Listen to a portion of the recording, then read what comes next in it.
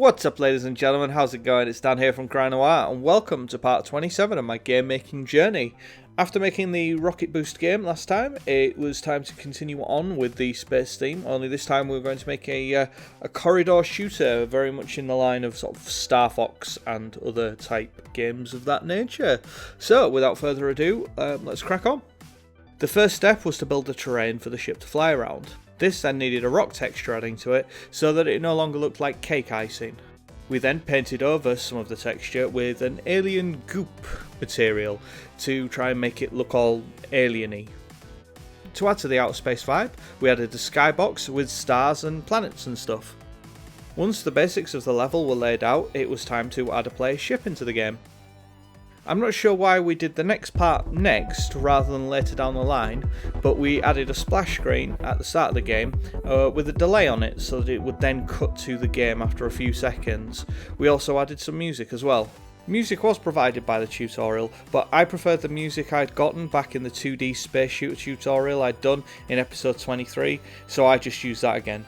I'm not sure why we did this so early on, but hey ho, it's their tutorial I guess. It was now time to add some gameplay to this game, which was a longer process than you might imagine. First we set up a waypoint system that the camera would travel along. This was a fast and loose way of prototyping the end game, which was very easy to set up and very quick to alter, but ultimately was very jerky and next to impossible to get a consistent speed throughout. Still, it would do for prototyping.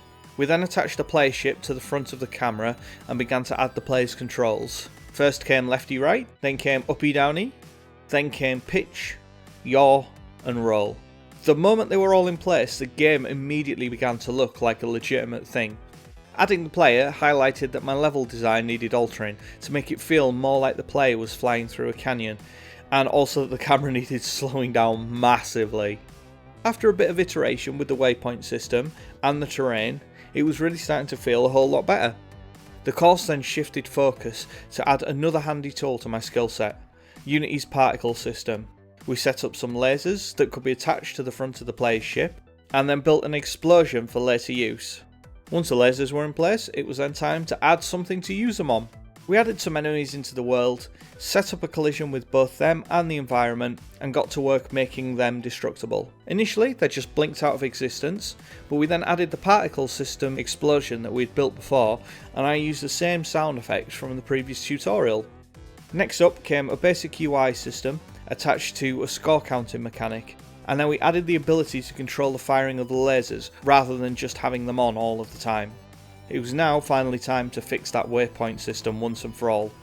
Now this section caused me no end of headaches. The goal was to remove the waypoint system altogether and use a timeline to control the ship, with the added bonus that this could then be used to add other scripted events to the game. It also meant that we would have more control over the movement so we could smooth it out manually. A word of advice for anyone taking this course: do not, I repeat, do not delete your waypoint marker system first and then try and script out your timeline. I found it utterly impossible to get the camera moving around the environment in an engaging way just from scratch.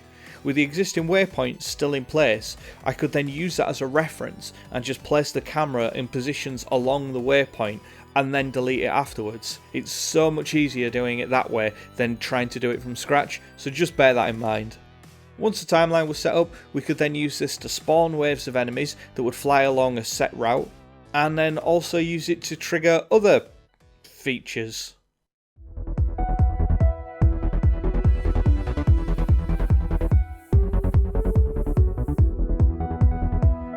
We're under attack!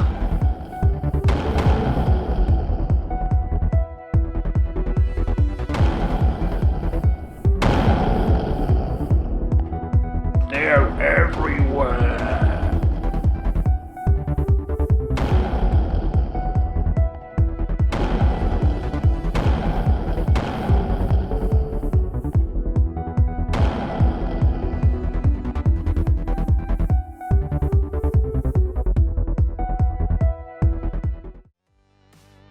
All in all, I'm pretty happy with the final product. However, this tutorial went far from smoothly for me. I had a lot of problems sorting out that timeline initially and getting it to look anywhere near as good as the waypoint system. This ended up in me getting intimately familiar with sorcery as a method of version control. At the end of the course, you're also given some particle effects to apply to the enemy ships to give them a trail. However, it totally tanked my frame rate. I think it was something to do with the way that the particles were set up, but I didn't get time to fix that in order to get this video up today. I am literally writing this script on Sunday morning, so I now have to record it, edit the video and upload it in the next couple of hours. It has to be said, I am very impressed with this tutorial course. Not only does it just teach you the actual basics of the game building process, but it also adds in loads of extra other little bits, such as learning source control and how all of that kind of stuff works. And yeah, just all in all, it was really good. All the assets in this came from sort of assets that are on the Unity store. Now, some of them you do actually have to pay for the full asset pack. However, like sort of they have done a deal with some of the guys that made the initial asset pack, so you could get the specific ones that you need for this tutorial for free. Kind of, I guess, a way of them sort of getting more notoriety for their main asset pack. But yeah, all in all, it's been a really good tutorial like series. I'm really starting to come on with Unity. So yeah. I would strongly recommend this course. It has to be said, I would really recommend it. So far it's been really good, and I'm still only about halfway through it. There's still another couple of even bigger projects to go. So yeah, all in all, very, very good. So thank you very much for watching, guys. I hope you enjoyed that video. Don't forget to hit the like, comment and subscribe just to help me out with the old YouTube algorithm. And yeah, other than that, I guess I'll see you next time. There's plenty more videos coming up, obviously once a week every Sunday. So I will see you next Sunday. Alright, take it easy now. See you later. Bye bye.